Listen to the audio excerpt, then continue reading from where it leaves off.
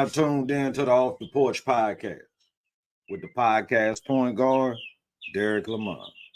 Coming off them screens, hitting them threes, giving you that information that you truly need. All right.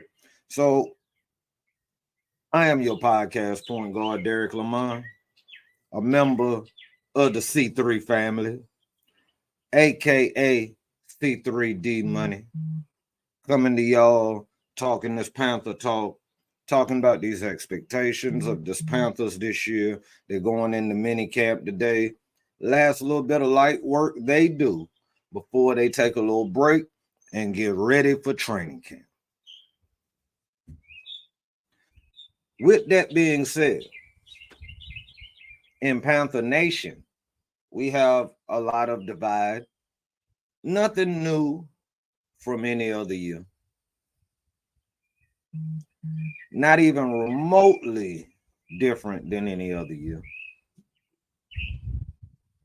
We have talk about what this young man, Bryce Young, what he's going to be able to do this year.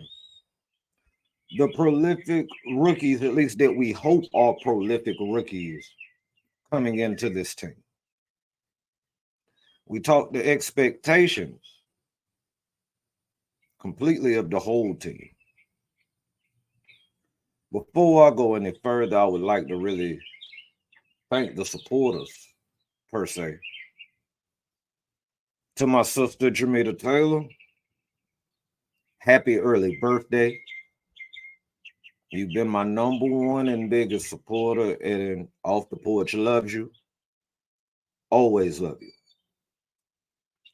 Shout out to A1 Robertson, my nephew, one of the dopest artists out there.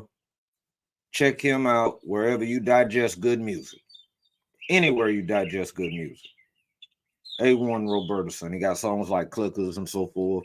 Off the Porch, title name. And young dude who just harnessed and focused in on his craft.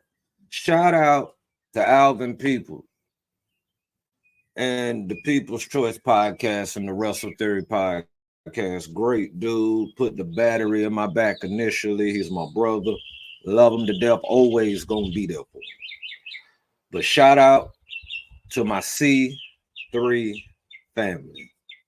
The great Tony Dunn, the homie Cody Lack, Code Dizzle, Kobe, Jake. These ill skills. Man, you don't know how much you mean to me from the bottom of my heart. Truly. Panther Pickle. Even though sometimes I be wanting to look at you and hit you with your catchphrase. I love your insight. I love your dedication. I love your effort. Y'all have made me better in so many ways. Not just as in giving my content or being a podcaster, but even as a better person and as a man. And I will always give my love to C3. And anybody that has an issue with C3, that's your issue, because this is a great set of guys and I love them to death. But let's get to what we came to talk about is them Panthers. I got bacon on the other side. You might. Oh, you saw the bacon? Oh, well. Oh, flip it up. Oh, no, wrong side. Well, there's bacon on my hat. All right. But what I really wanted to get to is kind of how have we gotten to the point that we are now. And the point that I'm saying that we've gotten to is them walking into minicamp. All right. I'm not really interested in last year, but I have to be credible about last year because we had a 2-15 season. Any stretch of the imagination, that is not a great time for anybody. But there's always hope. And if you are at the bottom, you only have one place to go, and that is up. And when we start talking about Bryce Young, I think that we have to talk about the things that went wrong last year, about how Dan Morgan and Dave Canales corrected and fixed the problem or attempted to. And that's major to me. You've got to be able to realize and identify the problem before you can actually fix and correct an issue. So in that end, I'm happy. But Bryce, He had a problem with holding the ball a little too long. We can't hang on and harp on that too much because there was quite a few times he did not have any time. It was just a free lane to come through and hit the dude. The dude got hit like 62 to 64 times. No quarterback, I don't care how big, how girth, whatever, you shouldn't get hit that many times when you're talking about big 250, 260-pound men who run 40s that are like 4.4s and 4.3s and 4.5s, and they coming at you full speed. So one of the hot topics that came up is when he first got to one of the OTAs and the arm got a little bit bigger.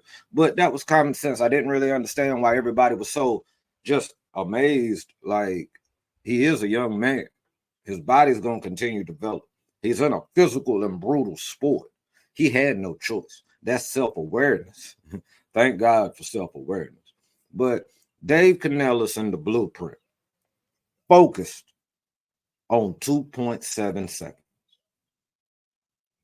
2.7 seconds was the measure, the absolute measure of what the ball should be coming out of the quarterback's hand.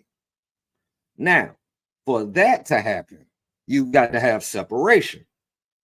Now, with that separation, you've got to have the receivers that have the ability to get open. In that case, last year, we only had one person, and he had to force feed him, and that was Adam Thielen. I'm not knocking Adam Thielen. I think Adam Thielen is a Hall of Famer, mainly for what he did with the Vikings. But at his age, it's totally disgusting to me that the only person that could even get open for even a split amount of time with what Bryce had was Adam Thielen.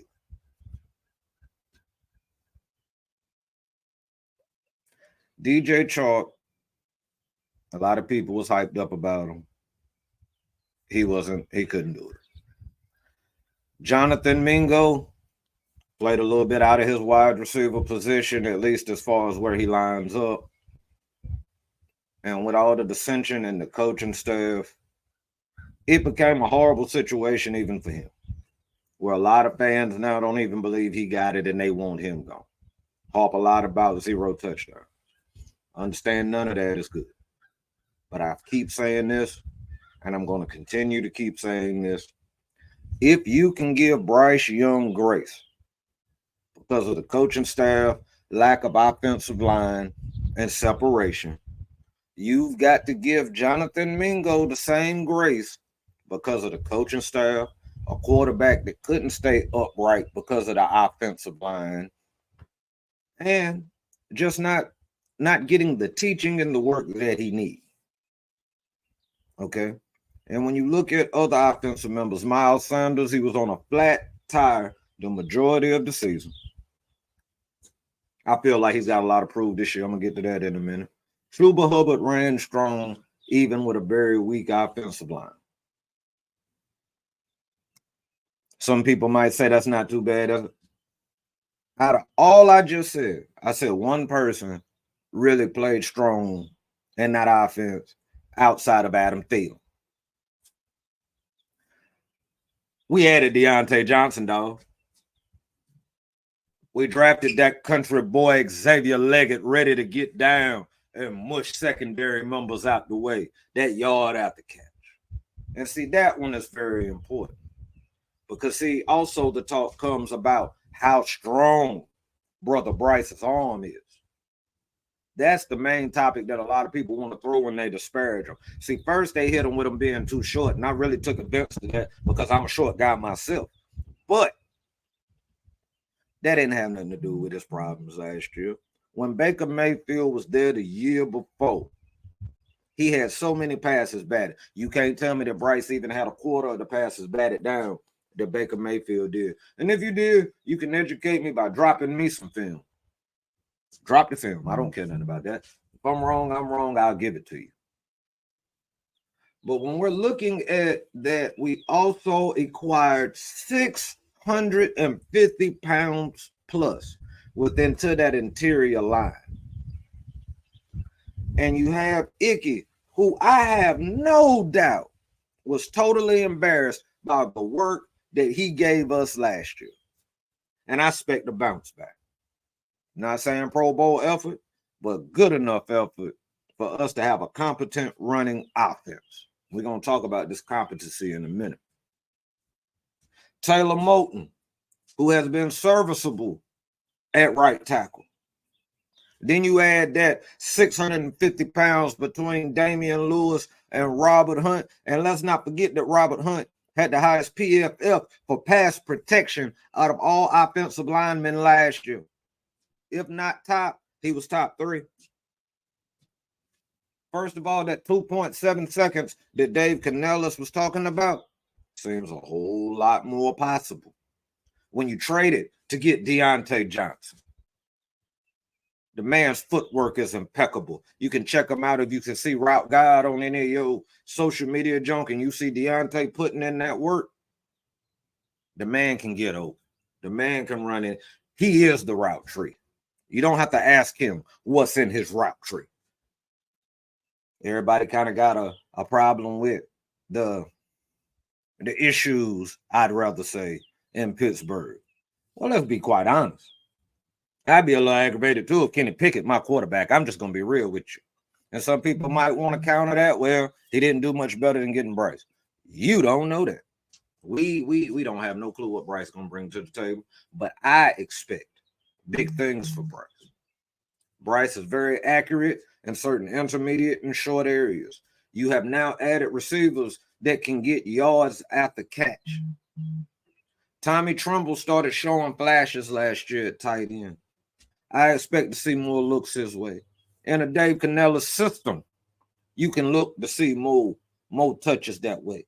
But let's not forget about Jatavian Sanders that I'm going to get to in a minute, who's going to help with the receiving end of it. Let's talk about Ian Thomas, who is an incredible blocker. Don't know if he's going to make the 53. But I would like the opportunity for at least him to get that work in camp, that some of them blocking techniques, he can help the other guys. And if he's on the roster, fine. If not, thank you for your service. When we look at in totality, and I'm kind of jumping around because I want to make sure I get certain things off before I go certain places. When we look at the defense, I know that the defense is not the crowning jewel of what people are talking about this year. But E.J. Avero has been able to take less and put at least a decent product on defense. Did they stay on the field too long? Yes, but that was because of incompetency of offense. Did they have a problem stopping the run? Yes, they did. But I think with the addition of Ashawn Robinson and the year that I feel that Derek Brown is going to have, oh boy, I'm telling you, we're going to stop the run better. Josie Jewell, who has been in the system with E.J. Avero, should hit the ground running. Shaq Thompson is healthy, and I know he wants to put a performance out there. I know he wants to have a big year, not even for longevity, but if he's going to be close, he's got less years in front of him than he does behind him. And if he wants to make that impact before he leaves the league and everything else, what better time than it is to do it now? Jordan Fuller, an Avero guy. See, he brought guys that know his system that should be able to hit the ground running, and I'm confident that with a competent offense, at least staying on the field longer than what we've seen in the last 2 years, is going to benefit our defense, okay? If J.C. Horn can stay healthy, absolutely stay healthy, we know what he can do on that side of the ball. We brought in Dane Jackson, okay? I don't know what Dane Jackson can do. A lot of people don't know what Dane Jackson can do. I'm willing to give him a chance, though, because at least if we can stop the run, we can stop the run and even get some pressure on the quarterback. Like my man Panther Pickle says, a good front seven makes an even better secondary. And I believe that, people. I believe that from the bottom of my heart. If we can secure the run and get something that resembles a pass rush, we will be okay in the secondary. A lot of people want Gilly. Heck, I want Gilly. But if Gilly is not 100%, speaking of Stephon Gilmore, I know everybody don't know the nicknames, lingo, so forth, but Stephon Gilmore, if he's not 100%, or let's say he just takes up, want to be with the homie Clowney, I don't necessarily know that I need him. Shout out to Jadeveon Clowney that I'm hoping we can get a decent pass rush because the man has been a decent run stopper throughout his career. DJ Wanham, we brought him in, but he's injured. We don't know how that's going to turn out right away, and I'm cool with that. But how about this? Amari Barno. Amari Barno, 6'6", a man among men. Had one of the fastest 40s in a combine for his position with a lack of playing time, but has shown flashes, even if it's in special teams, when he's on the field.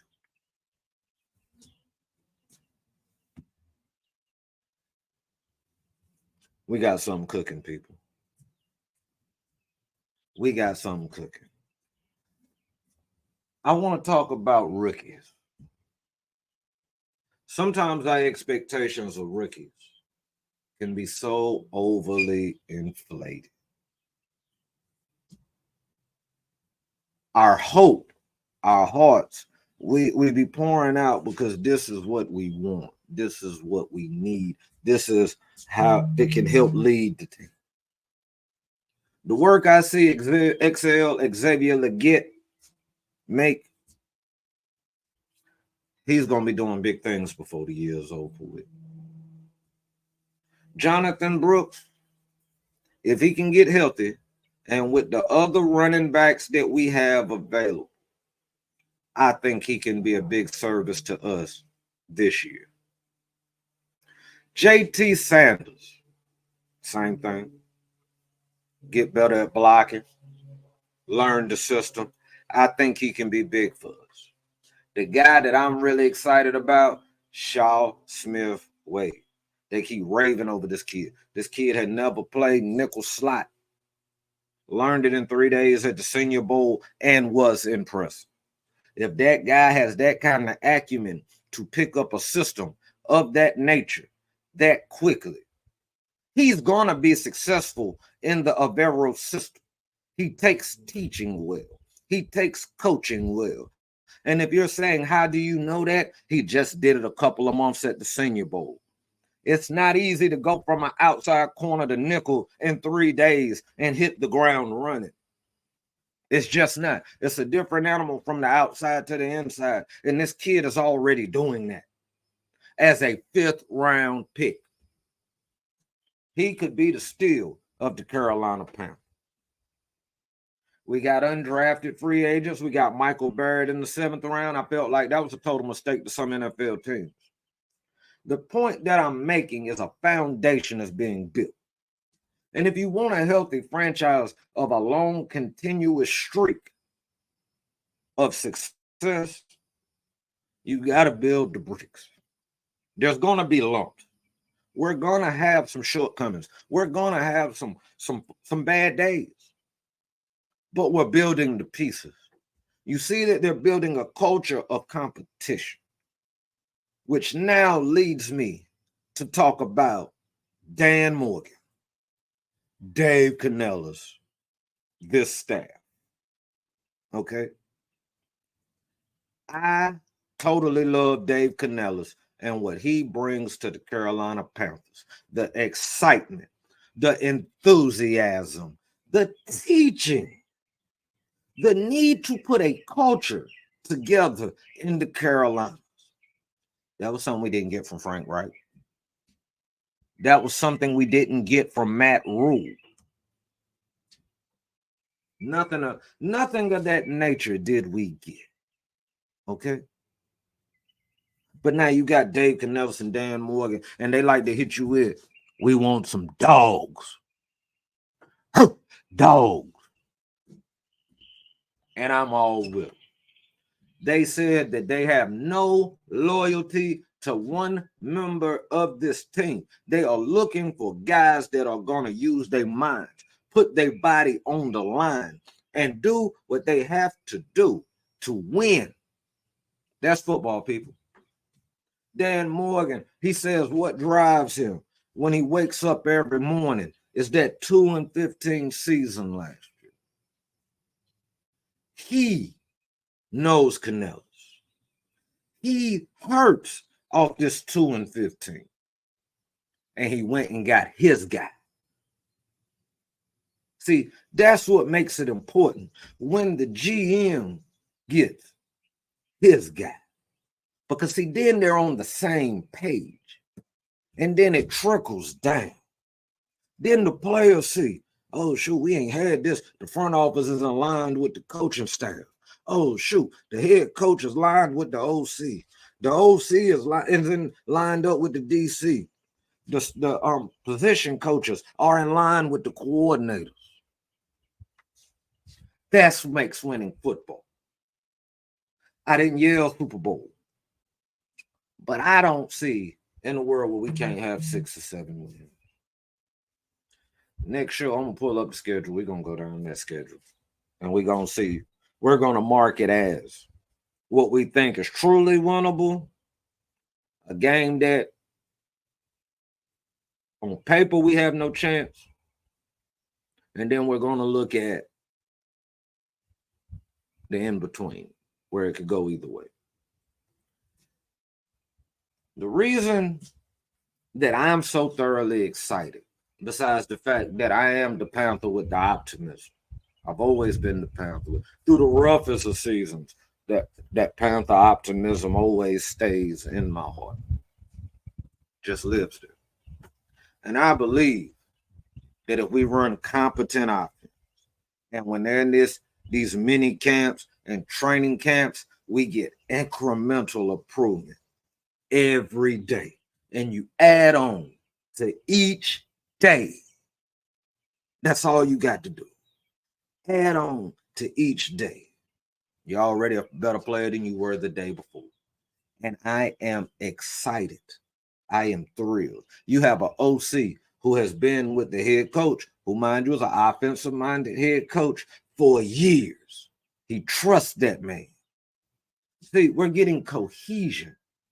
We're able to start to work on consistent effort and consistent production. Now, as I get ready to end this, what I wanted to do, in the words of the great Triple H, I only got one question.